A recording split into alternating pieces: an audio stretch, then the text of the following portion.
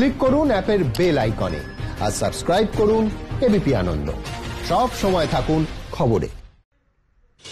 দর্শক শূন্য থাকবে পুজো মণ্ডপ, প্রতিটি পুজো মণ্ডপ নো এন্ট্রি জোন হিসেবে গণ্য হবে। কলকাতা হাইকোর্টের নির্দেশ, সেই নিয়ে কথা বলবো আমাদের প্রতিনিধিদের সঙ্গে এবং সঙ্গে গড়িয়াহাটে পুজো মার্কেটিং এর ঠিক কি ছবি তাও তুলে ধরবো আমাদের সঙ্গে।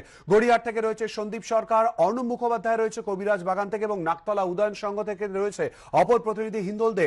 সরাসরি চলে যাব হিন্দোলের কাছে। হিন্দোল, কলকাতা হাইকোর্টের এই নির্দেশের পর নাকতলা উদয়ন সংঘের উদ্যোক্তারা কি বলছেন তারা?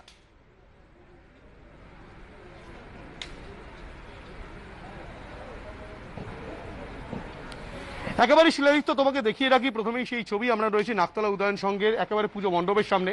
তুমি দেখতে পাচ্ছ ইতিমধ্যেই কিন্তু ক্লাব সদস্যরা রীতিমতো ফিতে দিয়ে মাপার কাজ শুরু করেছেন যে 10 মিটার অর্থাৎ কিনা 30 ফুট দূরে কোথায় তাদের ব্যারিকেডটা করতে হবে।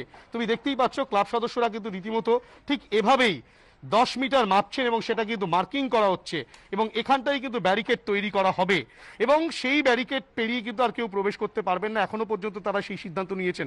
এই যে হাইকোর্টের নির্দেশ, এরপরে তড়িঘড়ি আপনারা শুরু করেছেন মাপামাপি ব্যারিকেড তৈরি কাজ। কতটা সমস্যার সম্মুখীন হতে হচ্ছে বা কিভাবে পরিস্থিতি মোকাবিলা করবে? দেখুন, সদ্য আমরা জানতে পেরেছি এরকম একটা রায়ের কথা। আমাদের তো দেখতে পাচ্ছেন স্কাইলাইনও দেখা যাচ্ছে, পুরোটাই ওপেন রেখে আমরা এবার মণ্ডপটা করেছিলাম পরিযায়ী শ্রমিকদের নিয়ে একটা কাজ। সেক্ষেত্রে মূল মণ্ডপ থেকে 10 মিটার অবশ্যই তার একটা মাপ আমরা করে রেখেছি।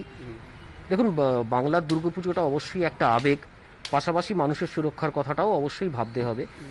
আমরা যদিও ফোরাম ফর দুর্গোৎসবের পক্ষ থেকে অলরেডি আমরা সুপ্রিম কোর্টে অ্যাপিল করেছি, আজকে আগামীকাল তার শুনানি আছে, সেদিকটাতেও আমরা তাকিয়ে আছি।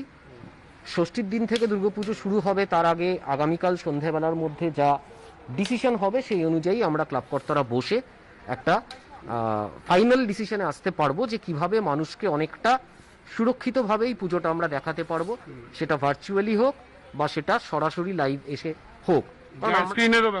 জায়ান্ট স্ক্রিনেরও ব্যবস্থা রাখছি, কারণ আমাদের স্লোগানটাই তাই। আমরা বলছি যে নেটে হোক বা হেঁটে যেভাবেই মানুষ পুজো দেখুক, আমরাই বাংলার পুজোর মুখ। সুতরাং বাংলার পুজোর মুখ তারা কিন্তু দর্শকদের সামনে তুলে ধরবেন। এবারের কিন্তু থিম নাকতলা উদয়ন সংঘের পরিযায়ী শ্রমিক এবং সেই ছবি দেখাবো। পরিযায়ী শ্রমিকদের বিভিন্ন কিন্তু মুখের প্রতিচ্ছবি কিন্তু এখানে তুলে ধরা হয়েছে এবং প্রয়োজন পড়লে ক্লাব উদ্যোক্তারা যদি বলছেন যে দর্শনার্থীদের বার করার জন্য কিন্তু এখানে বেশ খানিকটা অংশ ফাঁকা করে দিয়ে সেখান থেকে সুরক্ষা বিধি মাথায় রেখে তারা কিন্তু দর্শকদেরকে বেরোনোর ব্যবস্থা করে দেবেন এবং সেই প্রস্তুতি কিন্তু চলছে নাকতলা উদয়ন সংঘের ক্লাবের পক্ষ থেকে। হিন্দোল, আমাদের সঙ্গে থাকো, আমরা কথা বলবো আমাদের প্রতিনিধি অর্ণব মুখোপাধ্যায়ের সঙ্গে। অর্ণব, তুমি শুনলে নাকতলা উদয়ন সংঘের উদ্যোক্তারা তারা ইতিমধ্যেই ব্যবস্থা নিচ্ছেন এবং মেপে দেখছেন পুরো বিষয়টা। কবিরাজ বাগানের পুজো উদ্যোক্তারা তারা কি বলছেন?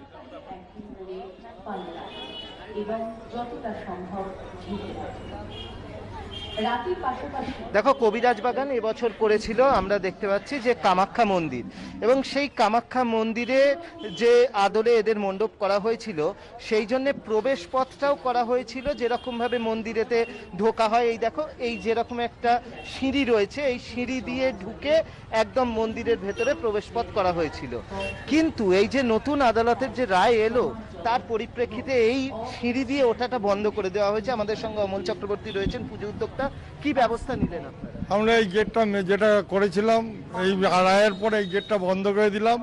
এবার আমরা যেটা মাপের মধ্যে যেইভাবে মানুষ দেখতে পারে সেইভাবে দেখে আমরা তাদের ঠাকুর দর্শন করাবো। অবশ্যই তোমাকে দেখিয়ে দেবো একটু। এখানে দেখো, এই যে গার্ডরেল দিয়ে ঘিরে দেওয়া হয়েছে, তুমি দেখতে পাচ্ছ যে এটা গার্ডরেল দিয়ে ঘিরে দেওয়া হয়েছে।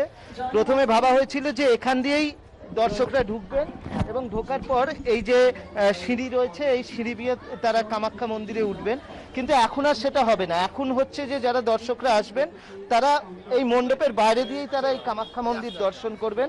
এখানে দেখতে পাচ্ছ যে হাতে ফিতে দিয়ে এই যারা রয়েছেন তারা মাপছেন যে ঠিক এই জায়গা, এইখান থেকে হচ্ছে একদম যদি ভেতর অবধি যাওয়া হয় তাহলে হচ্ছে 10 মিটার হচ্ছে এটা দূরত্ব। অর্থাৎ এই যে কামাখ্যা মন্দির, সেই কামাখ্যা মন্দিরের এখান থেকে গেট অবধি হচ্ছে 5 মিটার এবং ওখান থেকে আবার ভেতর পর্যন্ত হচ্ছে 5 মিটার, অর্থাৎ 10 মিটার দূরত্ব রয়েছে।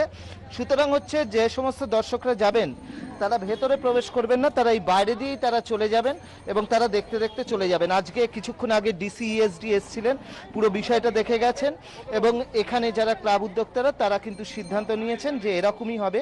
কিছুক্ষণ বাদেই এটা ফিরহাদ হাকিম আসবেন, পুর প্রশাসক মণ্ডলীর প্রধান, তিনি তিনি উদ্বোধন করবেন এবং তার আগেই এই সিদ্ধান্ত হয়েছে যে মন্দিরের ভেতরে কেউ প্রবেশ করবেন না, বাইরে থেকেই কামাখ্যা দর্শন। একেবারেই অর্ণব কিন্তু কবিরাজ বাগানের ছবি তুলে ধরলো, বিভিন্ন জায়গাতেই দেখা যাচ্ছে, মেপে দেখা হচ্ছে এবং মিটার অনুযায়ী ঠিক কতটা দূরত্বে রয়েছে। আপনাদেরকে একটু আগেই বলছিলাম যে গড়িয়াহাটের ছবিটা ঠিক কি, পুজো মার্কেটিং কেমন চলছে আপনাদের সামনে তুলে ধরবো, কিন্তু তার আগে শুনে নেবো কলকাতা হাইকোর্টের এই নির্দেশের পর বিজেপি সাংসদ বাবুল সুপ্রিয় তিনি কি বলছেন। রেসপন্সিবল মন্ত্রীরা, বড় পোস্টে থাকা মন্ত্রীরা তাদের নিজেদের দুর্গাপুজোতে অবধি কোনো রকমের সোশ্যাল ডিস্টেন্সিং বা কোনো কিছু মেনটেন করেনি। কালকে যেটা আমরা দেখেছি, আজকে ভারতবর্ষের মধ্যে বাংলা 1 নম্বরে চলে এসেছে সংক্রমণের দিক দিয়ে। ঠিক আছে, এটা ঠিক একদম আদালত হাইকোর্টের রায় আজকে যেটা আমি দেখলাম তাতে ওনারা ঠিকই বলেছে।